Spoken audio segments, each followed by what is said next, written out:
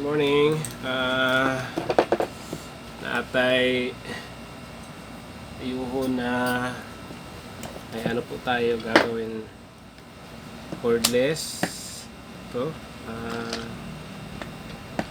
Naka tawag nito,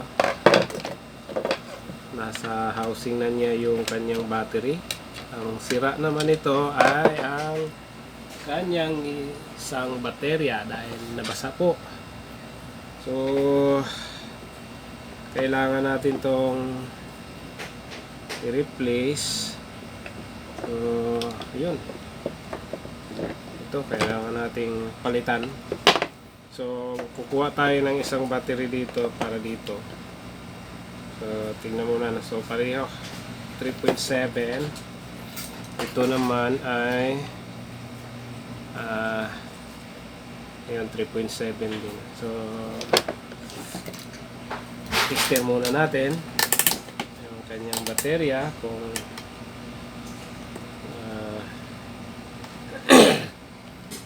gagana ba ito, saan ang gagana. So ito yung kukunin natin. Check muna natin saan ang positive at negative nito. Ayan. Ito.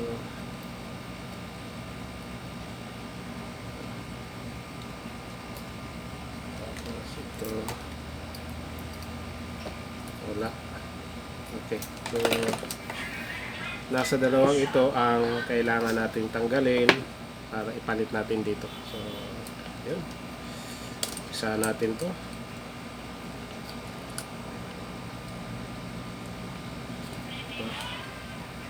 Ito yung tanggalin natin. Ito kasi binaklas lang din to sa unit ng Makita. So ito, tanggalin na lang natin itong kanyang nakasolda para matanggal natin. Ito, tanggalin natin to. Ito natin. So ito po ay ano lang, ito yung una kong nagbukas ng at nagpalit ng baterya ng ganitong unit. Yun, wala po tayong pang remove ng solda, so pwede lang ito, dandahanin lang natin para so yun, tatanggal din to. Okay, so yun, tanggal siya. Ito naman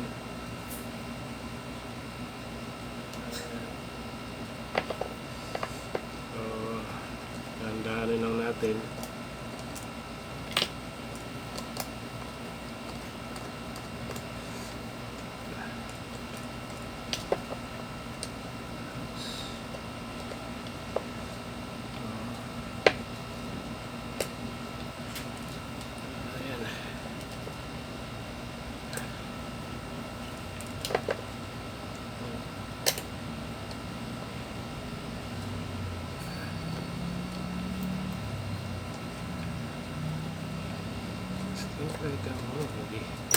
Ayan.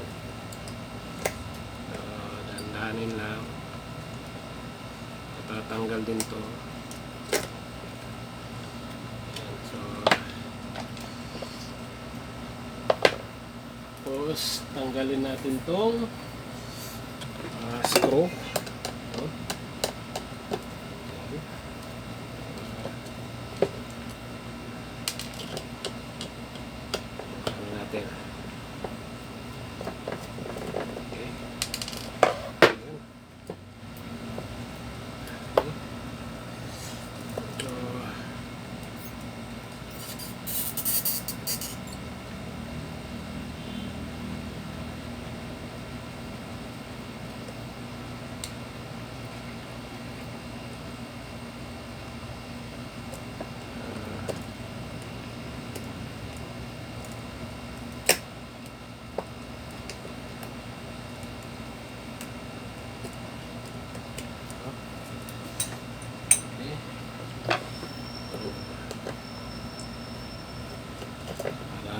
sure.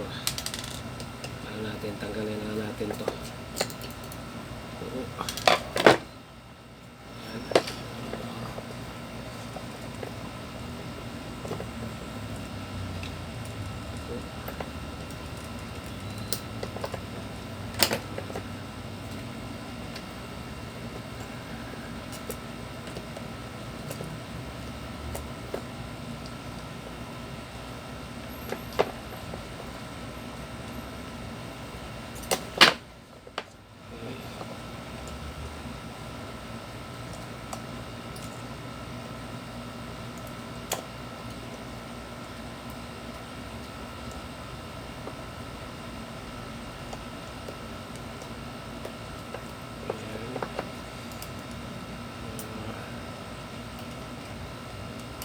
Ito naman.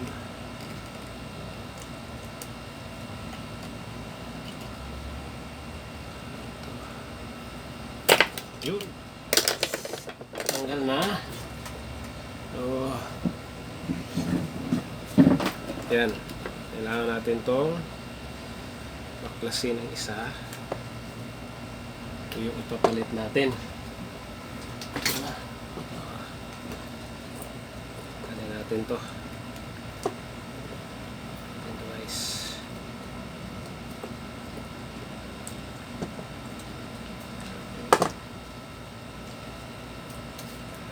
Yun.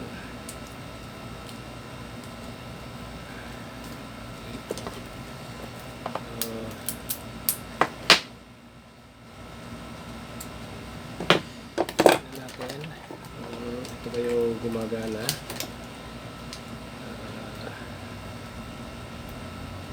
Yun. Ito yung gumagana. Ganito isa.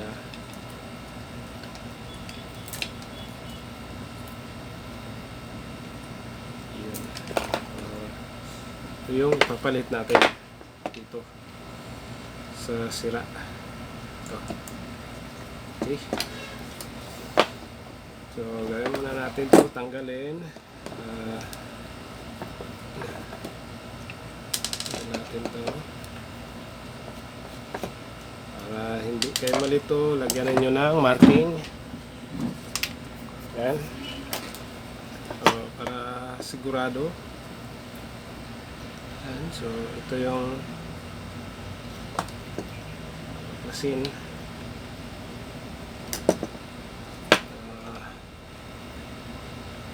Ito naman lagyan natin ng kung saan yung yun, meron pala itong marking.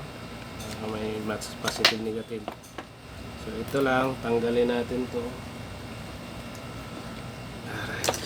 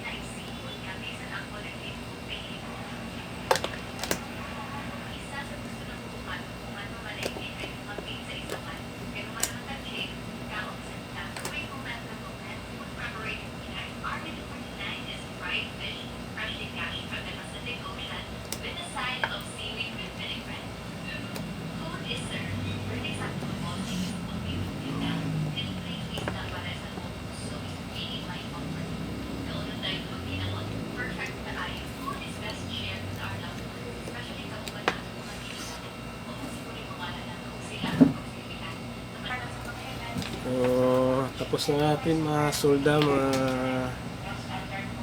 trupa. So, yun. Double check lang natin to. Ayusin lang natin pagka-solda. Pangit naman.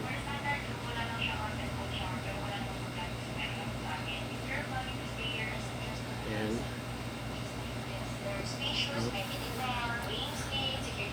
Ayan lang.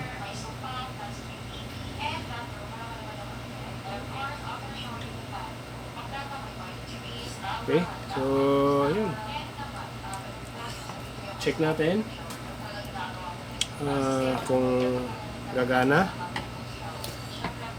Andar.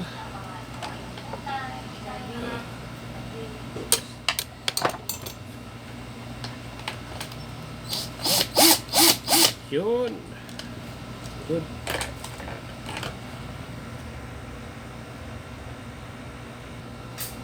Simbolan natin guys. Ayan. Balik na natin. So ito yung sira na battery. Ito yung pinalitan. So sa mga mahilig dyan mag DIY, so pwede naman. Basta lagyan mo lang ng marking kung hindi ninyo kabisado. So yun. Before that, so ayan muna natin ang screw. Kabit muna natin.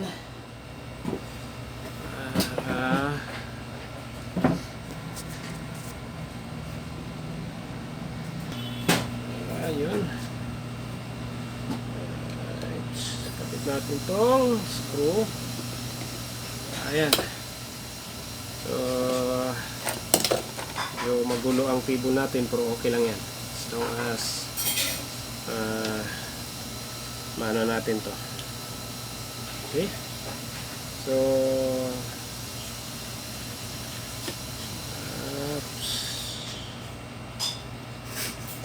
ayan. So, naikabit na natin lahat. Okay na. Testing. So, ngayon, ikakabit natin itong kanyang casing. So, ayan.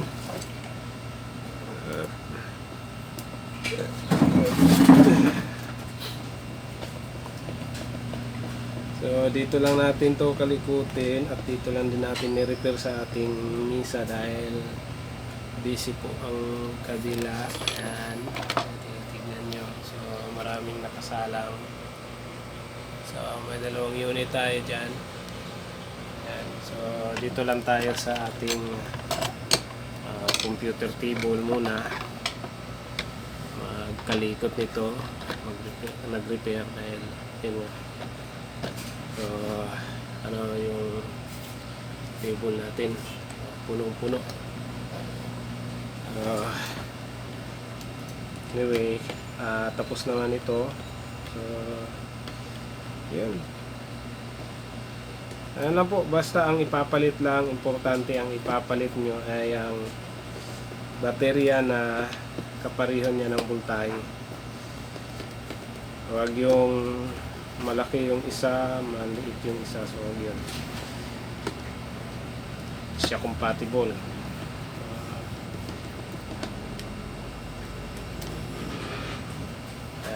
Ito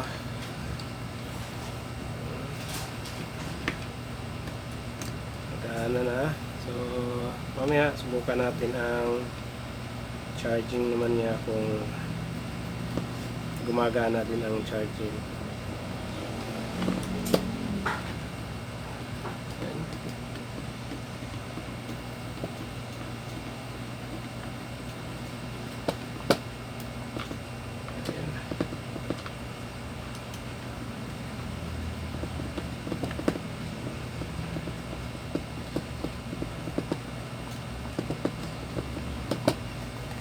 Yan. So, susubukan natin ang kanyang charger kung gagana rin.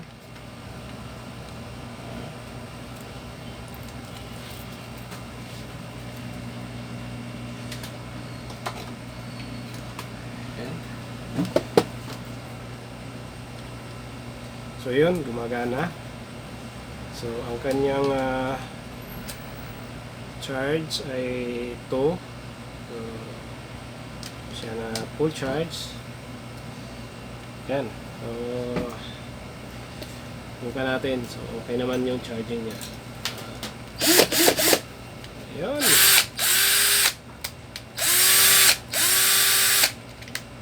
Mana na.